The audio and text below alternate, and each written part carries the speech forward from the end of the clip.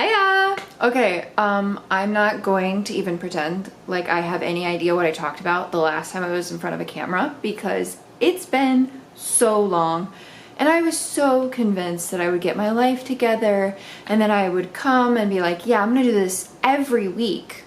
And then 2020 happened, so I don't feel bad, honestly. I feel like we are all living this same life.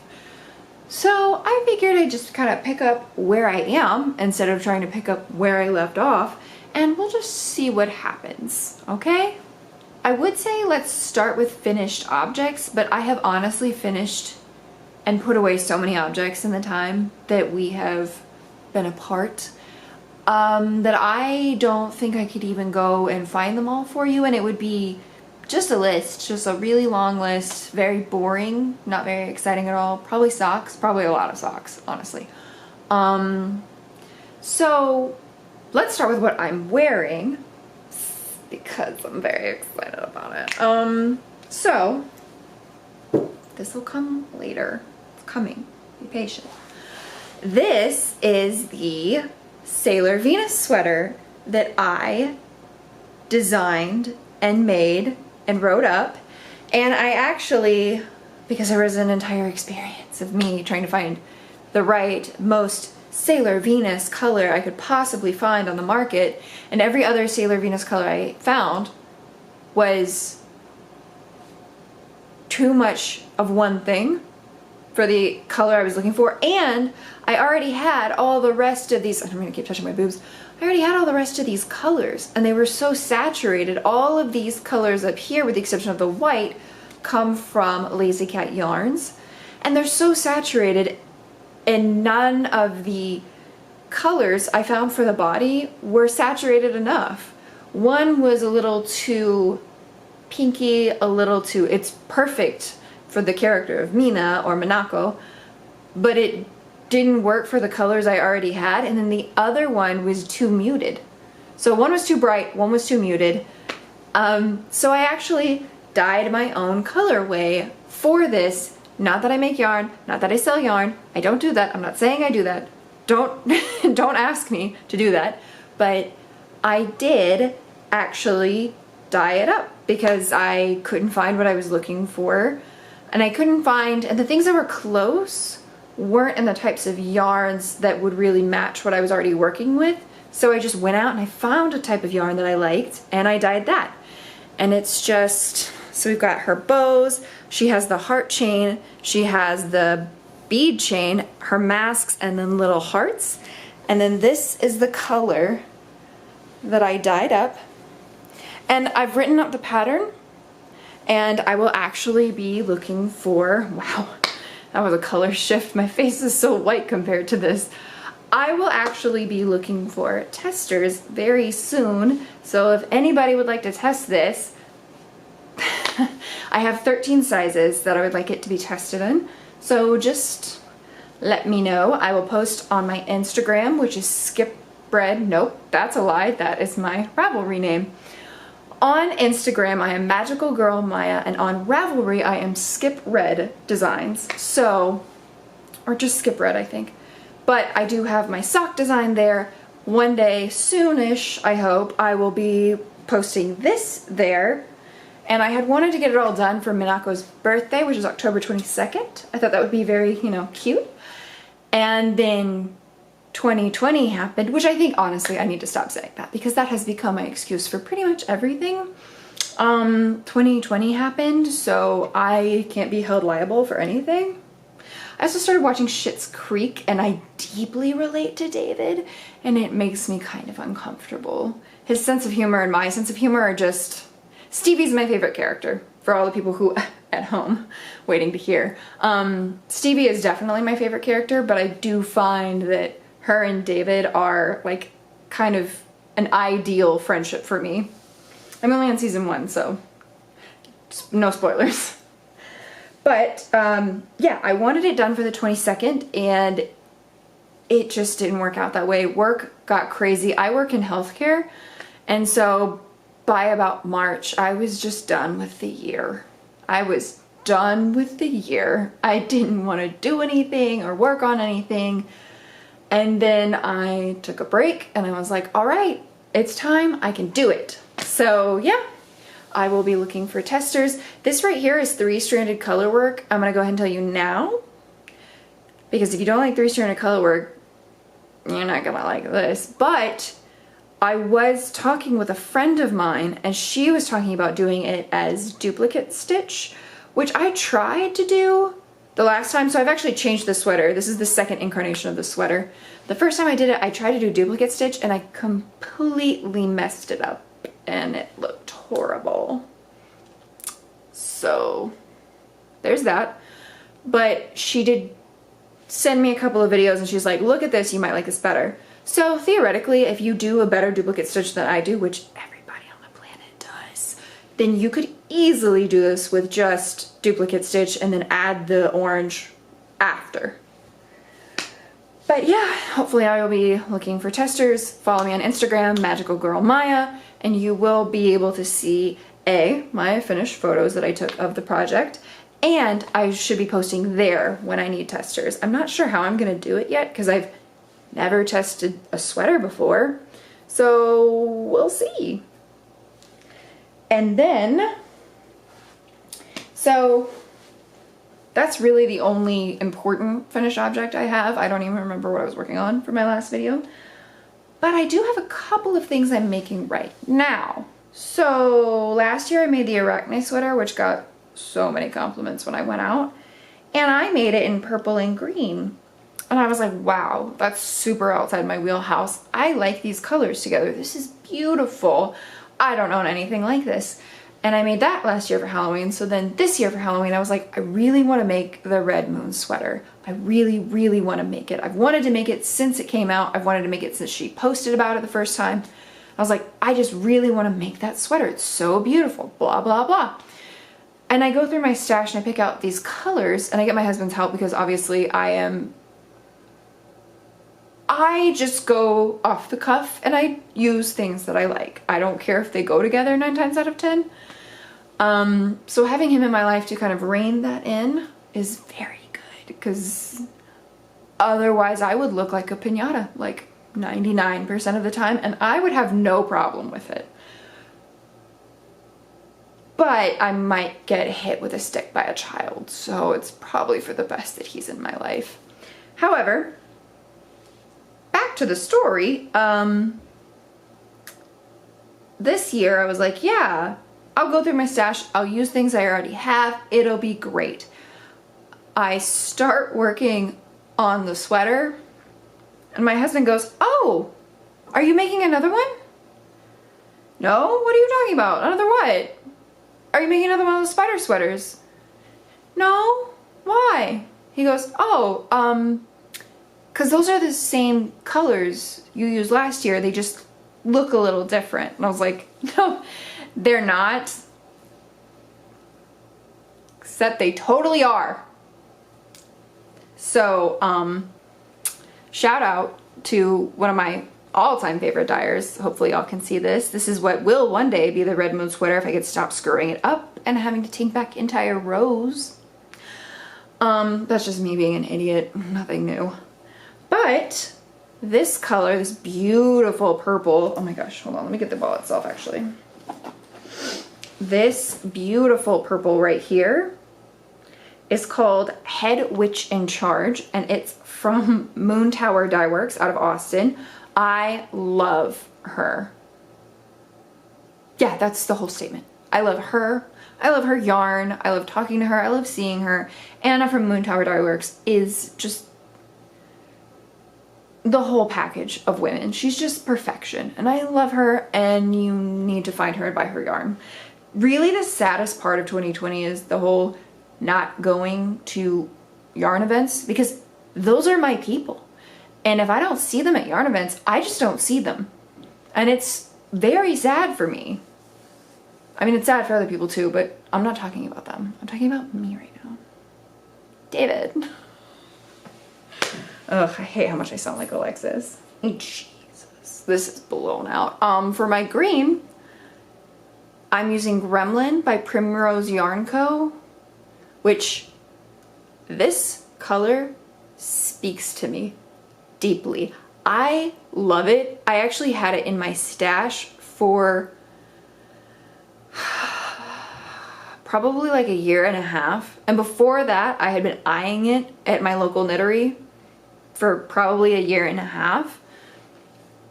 I love this color. I love it. And I couldn't think of anything to do with it. So I was like, oh, Halloween sweater? Yes, please. This will be perfect. Lo and freaking behold, it is basically a repeat of the sweater I made last year, except way more intricate. Also, I forgot to mention this. The Red Moon sweater, or the Red Moon, I think it's the Red Moon sweater, is by Born and Raised Knits. She is also from Texas. This is all very Texas. I don't know where Primrose Yarn Co. is. Probably somewhere on the East Coast. I'm not sure. Now, my second work in progress is, and you're probably gonna laugh at me actually, because you'll say, Maya, how have you never done this before? How have you never made one of these before?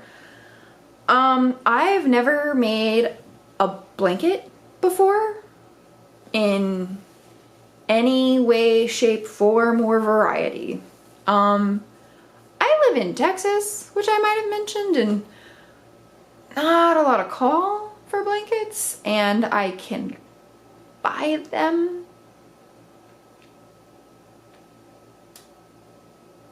Not a lot of innovation in blankets, you know? It's not like a sweater where you got cute color work or you like the shape. A blanket's pretty much a blanket, but I bought an Advent last year from Cat Sandwich Fiber, who I also love. I love her. And I just had 24 minis sitting around. And I think I hate minis. Like, I think I might hate minis, and I think I might be the only person on the planet that does. Because when I think of a mini, I think that's going to be a lot of ends. You know what I mean? I think about the, like, end game of this project. And so I didn't touch them. I didn't use them. I got other minis and other things. I bought other advent calendars. I actually bought the, what are they? Toad Hollow Halloween Advent calendar. And I bought a set of minis because I wanted to see what the yarns I liked look like before I bought, like, full skeins of them. Also from Toad Hollow. I bought their Princess Bride collection, which, yes. But I realized that it's a great way to figure out if you like a certain color without committing to a full skein of it. And so I had just collected these minis that I wasn't using and that I didn't really want. And I was like, oh, I should do something with those. And a friend of mine, April, had actually started a mitered square blanket, but she made it with like tiny squares. Like, it looks like a doll blanket, but it's for a child. So in 45 years, when she's done, it will be very cute. But this honestly hasn't taken me that long. And I've actually been, you can't really tell, but the ends are still here, but I've been basically knitting them in as I go because it's a blanket. So it doesn't have to look cute or perfect. It can have messy ends and messy weave-in whatevers, and it's a blanket. And I'm actually super into it. I'm very into making blankets now, and I've got a bag full of minis. Full of them. So, yeah. The only other downside is that my husband is gigantic. He is a gigantic kaiju man. And, so this blanket is gonna have to be like 18 by 18 squares. So it's gonna be big. But you know what? Long-term projects are fun. They're fun and they're fine. This is the Coziest Memories blanket by Kemper Ray of Junkyarn. Another woman I love. I'm just full of love for women right now. And always. Every day. Love your ladies. But yeah. So I am using her kind of modification for the Cozy Memories blanket. I just started row 3 and I had a lot of trouble with the written instructions for both patterns. So I made a video in case anybody else had problems with the written instructions so that they could visually see it. Because I'm a visual learner a lot of the time, and it was hard for me to wrap my head around the instructions for a new row. So I just went ahead and made a little video. I'll post it either at the end of this video, or I might do it separately so it's easier to search. I don't know what this is, but so that it's easier to search. And then, kind of last but not least, actually these are finished objects too, I guess. I've gotten really into cross stitch lately, like the proper old woman that I am, really into cross stitch. So I just finished the Pagan Calendar of the Year by the Witchy Stitcher, whom I also really love. She is great. But this was so pretty. I couldn't resist it. And it's just all the pagan holidays of the year. I had to have it. It's so pretty. And then, now I did these out of order. I really should have done this one first, and then the next one I'm about to show you. But this one was so many colors, I was like, I'll work my way up to that, because this was so many colors.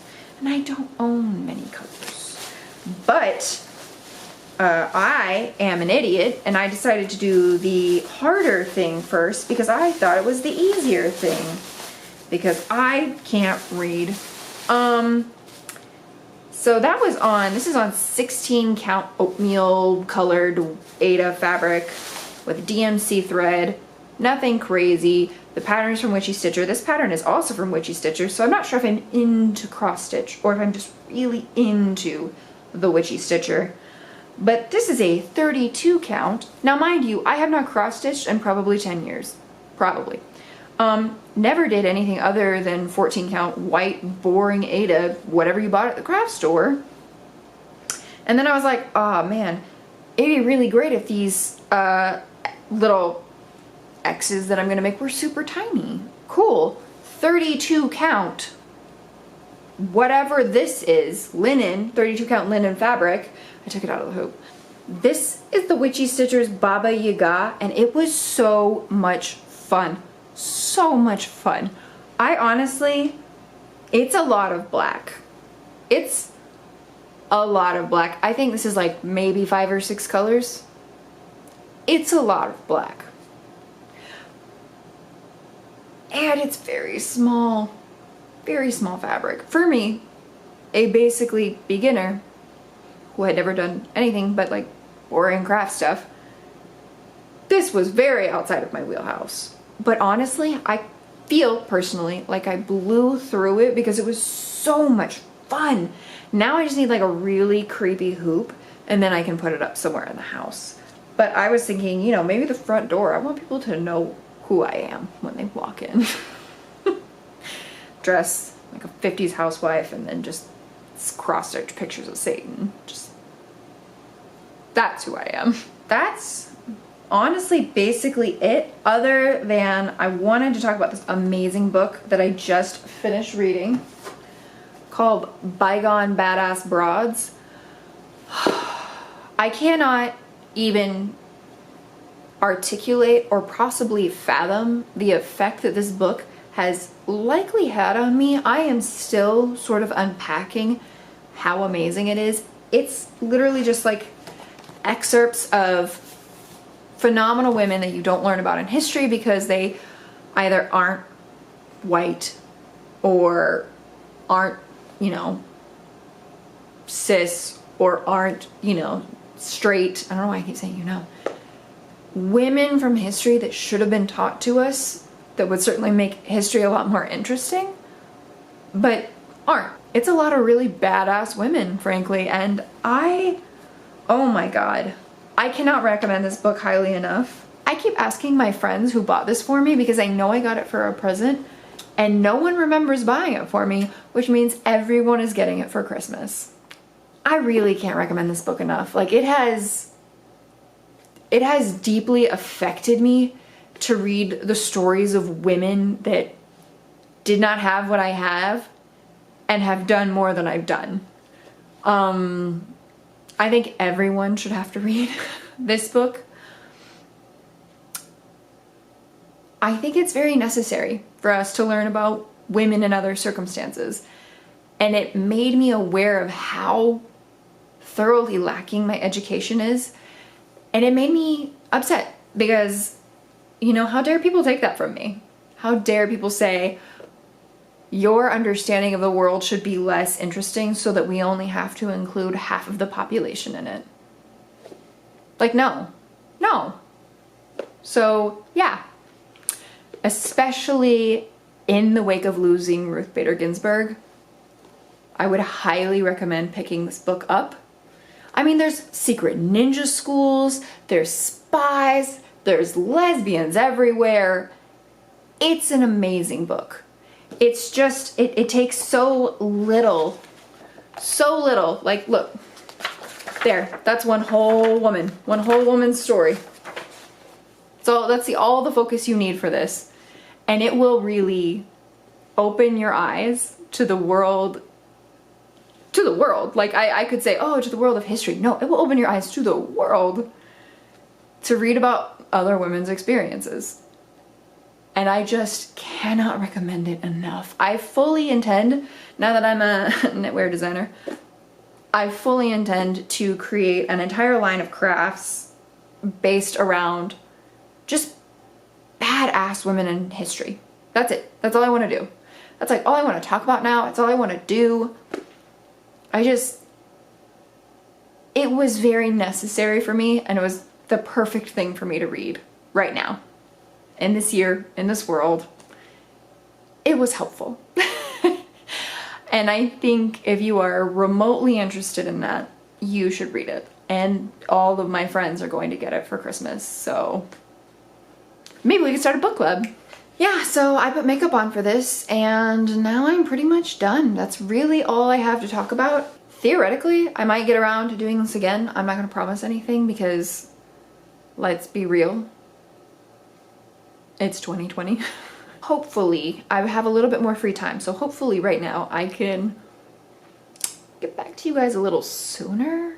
And again, if you are remotely interested in being a test knitter, comment below and let me know. And share this with people who you think might enjoy being test knitters, because I could use 13 sizes.